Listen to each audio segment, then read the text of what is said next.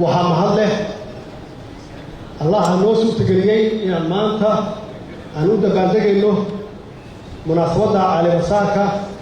madaxweynaha cusub ee jamhuuriyadda federaalka soomaaliya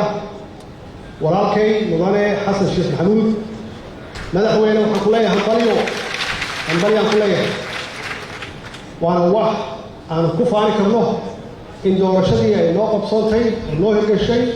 ay noogu hirgashay jawi nabad ah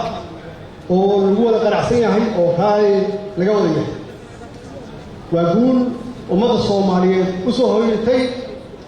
oo taariikhda ay xusi doonto waxaan ognahay in dowlado institutionkooda naga facweyn oo dimuqraadiyada ay natiijada doorashooyinkoodu mararka qaarkood uu hareeyo muran iyo khilaafaad guushaan aan maanta ku faanayno ma laha qof keliya waa guul soomaaliyeed marka laga eego sawirka guud waa guul sumcaddeenna dowladnimo waa guul ummadda soomaaliyeed iyo dalkeena sare u qaaday macnaheedu waxay tahay dalku wuxuu leeyahay dowlad shaqaynaysa iyo hoggaan la doortay oo sharci buuxa leh qof walba oo talada dalka qabtana waqti ayuu leeyahay laakiin waxaan ka baranay oo isku dhiig inay tahay dhaqan iyo sunno wanaagsan oo aan dimuqraadiyadeennu aan ku xoojinayno aanan ku horumarinayno waxaa tusaale ah markaan dib u milicsanno oo isku dhiibka aan sheegay ee dowladihii kala dambeeyey waxay dalka dowladnimadiisa soo gaarsiiyeen heer wanaagsan oo hore ugaga sii ambaqaadi karo ayadoo ay jirtay duruufo aad iyo aad u adag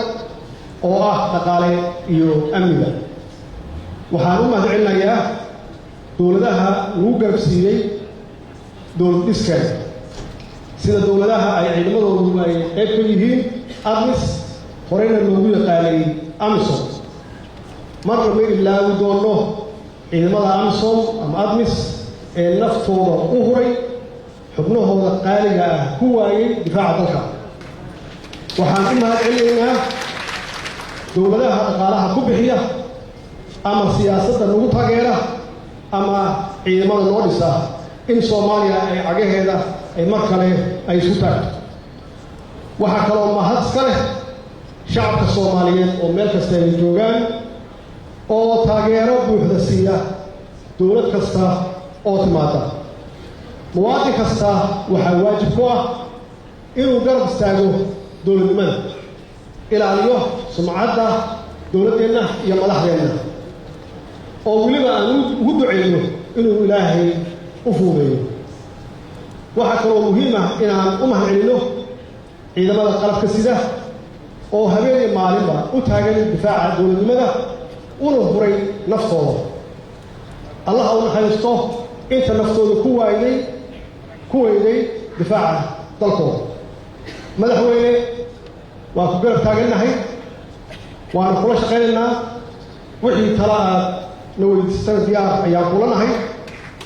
maxaa yeelay waxaan aaminsanahay wax kastoo aad qabato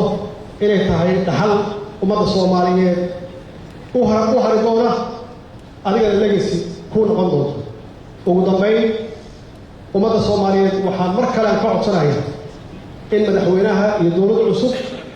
la garab istaago oo la siiyo fursad ay ummadda ugu adeegto soomaaliya ha noolaato waa mahadsantihiin wasalaamu calaykum waraxmatullaahi wabarakaatuh